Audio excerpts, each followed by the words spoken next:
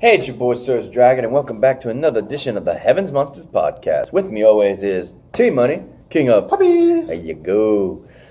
This time it's a Monday edition with 2 episodes, 2 weeks worth of Impact Wrestling from March 8th and March 15th. So here we go, doing March 8th review. So it goes on to say that after the week before that, Brian Cage would be left in the ring bloodied and battered with Johnny Impact and his injured a leg. So those things would be put into question later on. X-Division champion Rick Swann would fight Ethan Page for a non-titled match. Rick Swann wins that match, but then gets assaulted by Sami Callihan, ultimately putting him in the hospital, which sucks. Wait. Yeah.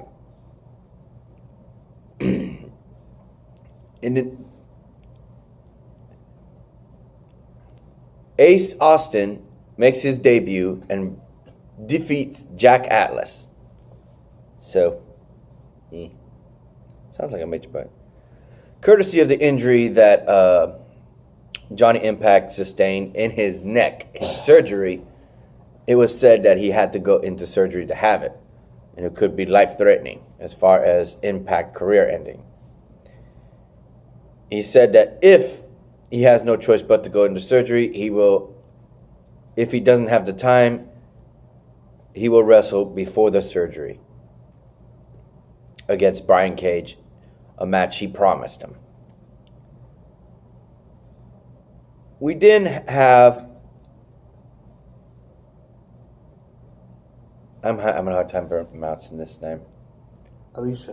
Alicia, Eddie Edwards' wife, come into the ring and say what's next for her and the women's... well, it's not Evolution in Impact Wrestling. It's a... Women's Knockout. No, it's a women's... Rising, women's, something like that. It's women's evolution in WWE, but it's something else. Women's retribution or something like that. And the Dizzy Hit Squad comes out and just ridicules her and any other woman wrestler, saying that their job is to be a housewife, to cook, to do laundry, to make all this, to be there for their man and nothing else. Saying that they can't do anything else. As a result, Eddie Edwards comes out, beats the living hell out of him, with the surprising help of Eli Drake, who disagreed with the Desi Hit Squad. Sorry. It looks like Desi to me. Ultimately, it would be his wife. How you pronounce it again? Alicia. Because it looks different on the phone, how you spell her name. She then would tell Eddie Edwards that is one thing she knows her husband is good at is tag teams, and that this might be something between him and Eli Drake to see and make it work. And it's like that was her one wish to him right there at the time. He's like, ugh. So we'll see that in the 15th edition.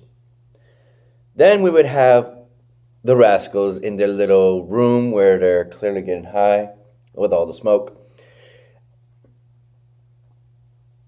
And hold up.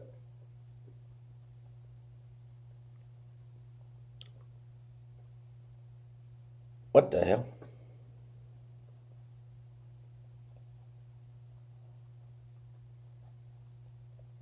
I guess I'm trying to say Damien X. Steals the mask of one of the Japanese wrestlers with the pink face and all of that. I was like, okay, why would you tell them take the mask? Why? Because they're looking for, they're thinking that they need a mask in order to beat the Lucha Brothers, since they wear masks. They didn't go in the ring with masks. Just saying that right now. He took a mask from somebody, but he needs to give it back. So it would then be the match that this guy might like. Su Yung and Dark Alley and an undead maid a versus with of horror. Oh, okay. With Father James Mitchell versus Rosemary, Kiera Hogan, and Jordan Grace. Thank you. In the Dark War match. The lights were dimmed and the red lights were put on throughout the entire match. And throughout that entire match, it was just gruesome. It was hard to see, but you could make out a lot of things going on, including the mist that misses and hits somebody else. Ultimately, it would be Rosemary and her team getting the win and ultimately claiming Dark Alley as her property. Going so far as to pull a leash and put it around Dark Alley's neck and claiming her. And she's reaching out to Su Yung, and Su Young's clearly upset trying to get in the ring, but James Mitchell's holding her back the entire time. So we got to see about that later in the next episode.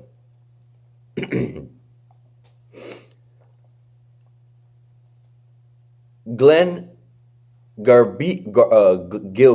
Glenn Gilbert. Birdie. I know. I watched it to understand that his name is pronounced Birdie with 2 T's. Bertie. Gilberti continues his search for Don Callis, who's actually the commentator the whole time of the night, of every night. So I don't know how he didn't know about that. He goes and starts his new promotion with Impact Wrestling, looking for everybody and everything, including mistaking certain personnel in the back for Bullet Club with Cody Rhodes and the Young Bucks, but that wasn't them. He gets to the commentator because apparently he thought he was going to be a commentator, but they still don't know what they want him for. So he's welcome and said, "You're finally here. It took you 2 weeks." They're like, "Well, I'm just trying to find you the whole time."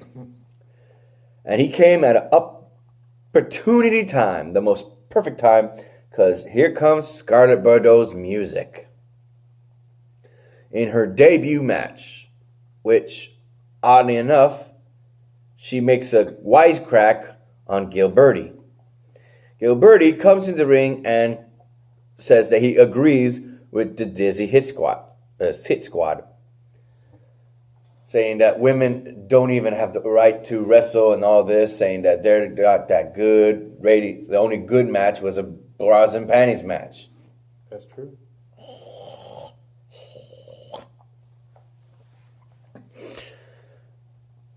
She tells him that she's always told to dress like this, talk like this, act like this, look like this. And she says to all those men out there, she goes and slaps him in the face and says that her first opponent she wants is Gilberti in an intergender match.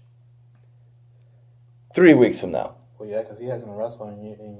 What the hell? This is bullshit. She was supposed to wrestle that night, and now we gotta wait 3 other weeks. Well, 2 now. Yeah. In the back, we see Dark Alley being contained by Rosemary. Rosemary tells Kiera Hogan and Jordan Grace that this is the end of their relationship and the help. Kiera Hogan claims that she wants to help, and even Jordan Grace is saying that no, we don't know none of this. In the end, it's Rosemary getting the last word, saying that it's going to be her dealing with the Dark Bunny and getting back the Pure Bunny.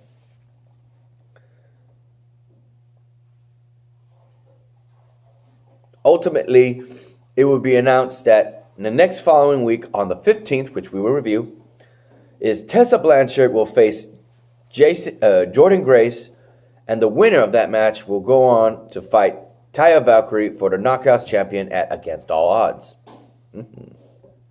This is going to be good. Next, we got the tag team match in the main event of the night between the Lucha Brothers, the champions, versus Dez and Whis, the Rascals, for a 9-title match. Ultimately, with their masks, you got a Crimson Dragon for Pentagon Jr. and a Venom mask for Phoenix. That was pretty cool. It would be the Lucha Brothers that win the match. Conan then goes in the back to meet them, congratulating them, and saying that he's not asking, he's demanding for them to put the date for the rematch for the LAX and their disrespect. But Phoenix and them are saying that they don't want them touching their masks ever again. After Conan leaves, after saying that little bit, after they said that, not to touch the masks, and Conan made the saying that make the match happen, Pentagon Jr. is saying in Spanish, why do we gotta listen to him? Why do we gotta do this? This makes no sense.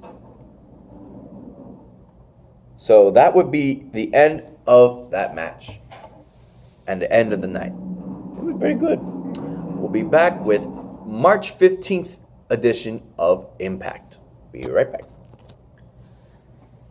And we're back. Bit of information that was wrongfully added. I guess they kind of put it in wrong, and they had to take me to remember, because I was like, wait, what? Okay. Because prior to last week, it wasn't Rick Swann fighting Ethan Page. Well, maybe it was. Because in that match, it said that he got pile-drived and sent to the hospital. That's wrong. Instead, it would be looking like Rick Swann welcomed himself into the OVE family, only to backstab him at the last second and running away, showing that he is not a member of the OVE. So here we go with March 15th edition review of Impact Wrestling. Shoot channel. Because here it says the first match of the night would be Rick Swann, Willie Mack, and Tommy Dreamer versus Sami Callihan and the OVE Jack and Dave Chris brothers in a 6-man tag match. Ultimately, it would be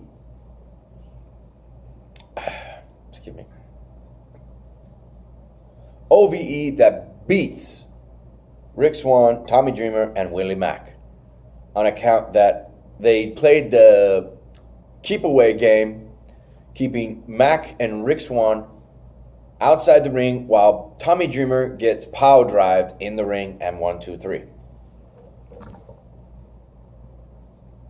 Ooh, I like this part. This is funny. I need to look this back up because last week, apparently,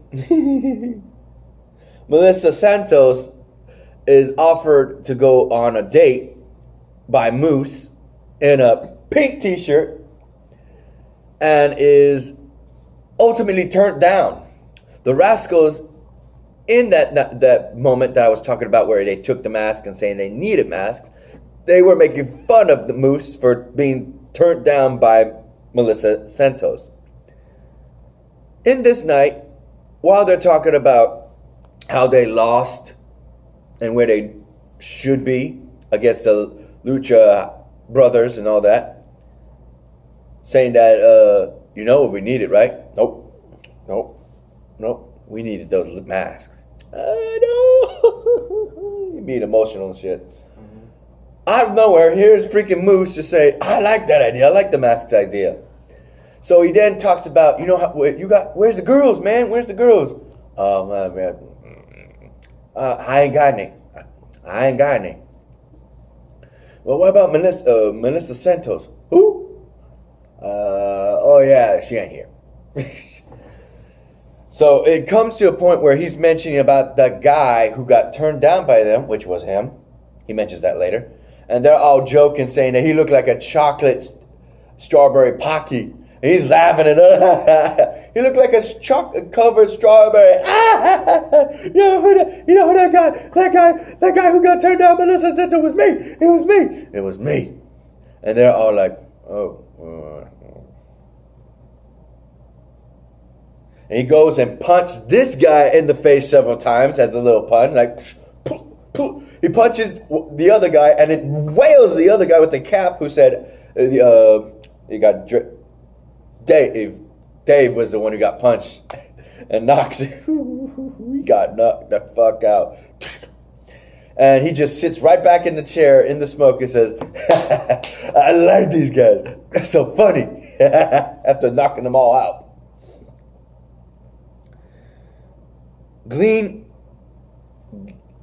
Gilberti, I gotta remember, Birdie, because I'm about to, Gilberti, it's Gilberti, versus the mask that was stolen, the luchador, or I guess you would call him, Japanese masked wrestler, Kikutoro.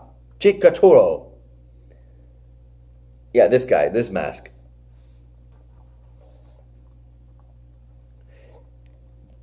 Gilberti would actually say that he's going to show Scarlett Bordeaux what he's made of, and he's going to actually show that this match is nothing but a joke. So he asked to bring in the clowns, and this guy popped up. Ultimately, Gilberti wins with, it looks like a stunner. That's what it is, a stunner, but it called it something else.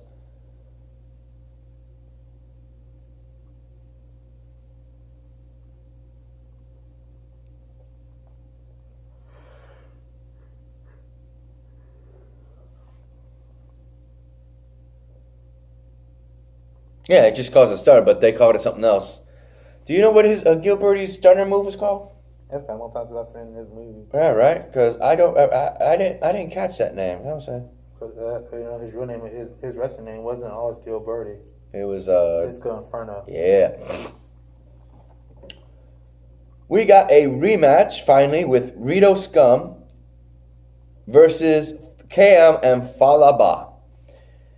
In this match, they were jumped. Mm-hmm. KM and them were jumped as soon as they came into the ring. Because Ronan Scum was already in the ring. And they just jumped him and injured Falaba. But thankfully, despite all that, Falaba got the win for them. Because one guy tried to jump him, got freaking Samoan drop. One guy tried to ram him. Didn't work because he freaking picked him up and slammed his ass. Ultimately getting the win for his team, and his knee was still hurting after that match. No getting jump again this time. They walk away with their heads held high. Good on you, KM and Falaba. You're making some leg room.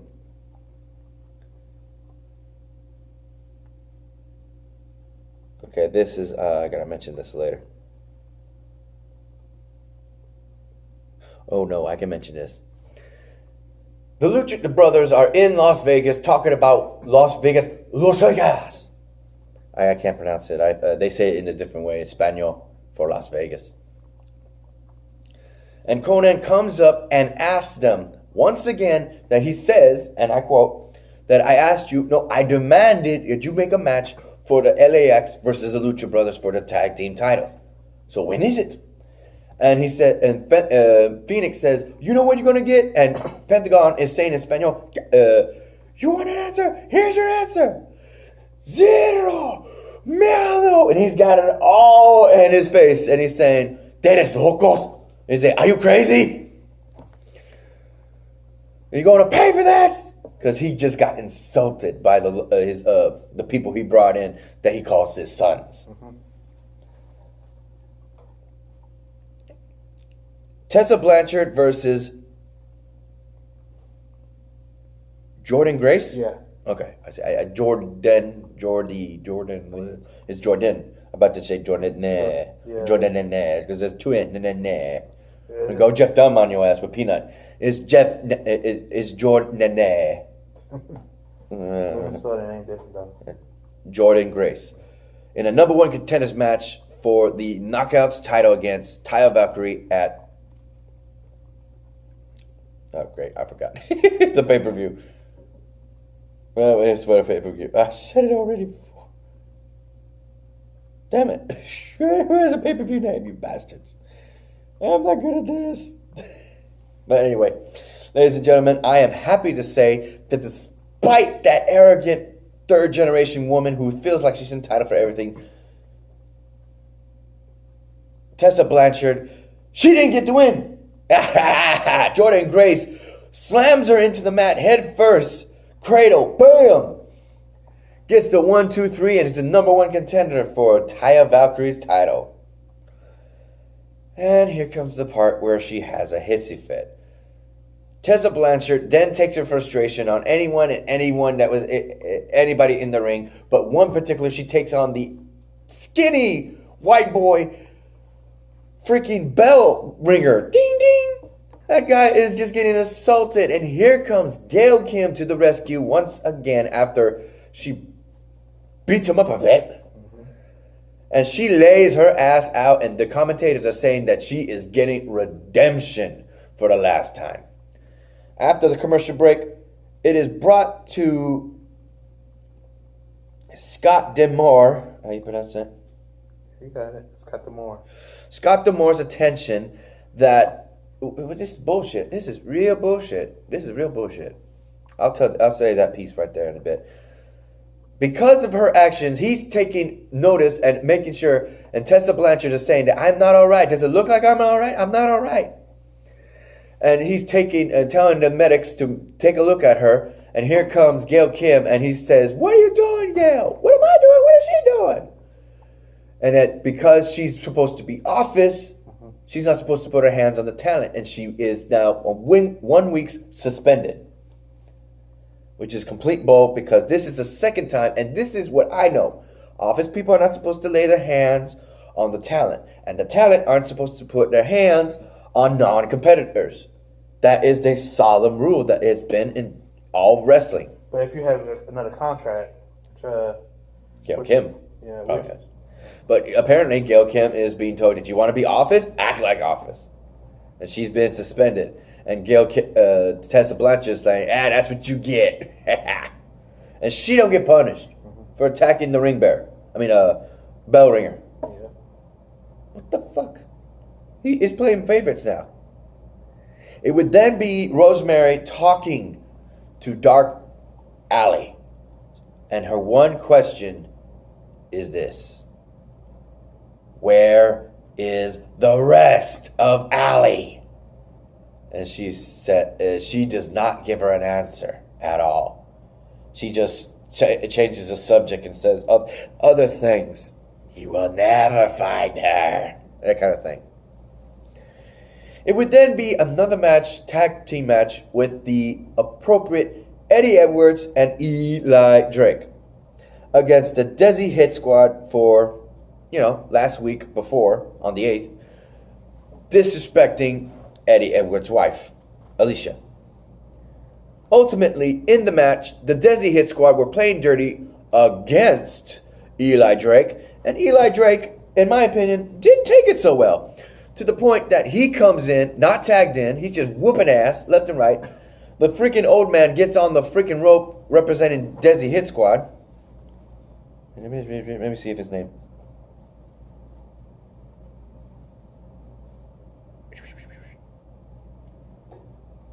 Gamma gets up on an apron. Yep, Gamma is trying to distract the referee for the boys to get something done, but before they could, Eli Drake goes out of the ring, because he's not the legal man, Eddie was. He throws in Kenny, the kendo stick, to freaking Eddie. Gamma is throwing a fit. He's trying to tell him that there's a kendo stick. The referee's just paying attention to him the whole time. Kenny is swung, and it gets to 1, 2, 3 after he throws it back to Eli Drake, and that's how they win the match. So apparently, the commentators are actually saying that when it fits in his favor, Eli Drake doesn't mind going hardcore. Hey, that's funny. Okay, I don't need the phone now. I got it. Here's the part where he got the review. He doesn't watch Impact, but he got the review. He watched it. And here's the breaking news. Actually, I didn't watch it. He didn't watch it. I'm sorry if I said it wrong. He didn't watch it. He read it. He read the reviews. Here's the breaking news, ladies and gentlemen. Just that part. I didn't read the rest.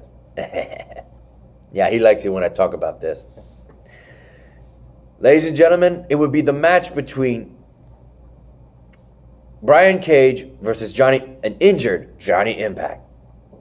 But when the music hit for Johnny, everybody's wondering, even 3 of the fans are like, because the camera's on them. Ooh, they got their little moment. Here comes Killer Cross holding with the neck brace still on his neck, Johnny Impact over his shoulders, and a cinder block on his hand. He's just walking him into the ring, and he's just laying him out. Here comes Taya Valkyrie with Brian Cage asking him to help her husband. And he says, I'm not doing him any favors anymore. So she runs into the ring, tries to block him from being hit by a chair, and she punches Killer Cross. And Killer Cross is ready to swing. Here comes Brian Cage, dodges the chair, hits him with a clothesline. Killer Cross rolls out of the ring, and he hugs Taya Valkyrie. Without warning, without any clue, without any hint. Right after the hug, Taya Valkyrie goes for the low blow on the machine Cage. And you can see right after he is like, oh, doing that Shawn Michaels freaking laying on his back, on his feet style. Johnny Impact is not injured whatsoever. He rips off the freaking neck brace, shows that he's wearing his neck like this. He got no injury. He didn't have no surgery. They said he went through the surgery already. He's not injured at all. There is freaking Killer Cross out there next to the ramp outside on stage. He's just laughing. He looks like this with his bald head, mean-looking face, bearded face. They lay him out, cross-mat. He's just doing everything. He's doing all his signature moves, the knee shot, and then he does this. He puts the cinder block next to his head like this. A big old cinder block while he's laying down on his back. Then he takes the chair and swings it onto Cage's face and his skull while he's laying down. His leg is twitching, his foot is twitching still. And they are just smiling, they are just laughing, all 3 of them. The commentators are screaming, each one of these people are sick into bastards. Every last one of these 3. The husband and wife champions of Impact Wrestling, Taya Valkyrie, the Knockouts champion, Johnny Impact, the Impact's world champion, are walking past Killer Cross, just smiling and nodding as they walk up to the stage, laying a wounded, knocked out, battered Brian Cage in the ring. Where does this go from here? I couldn't tell you. But I can say one thing. You thought Brian Cage was pissed before?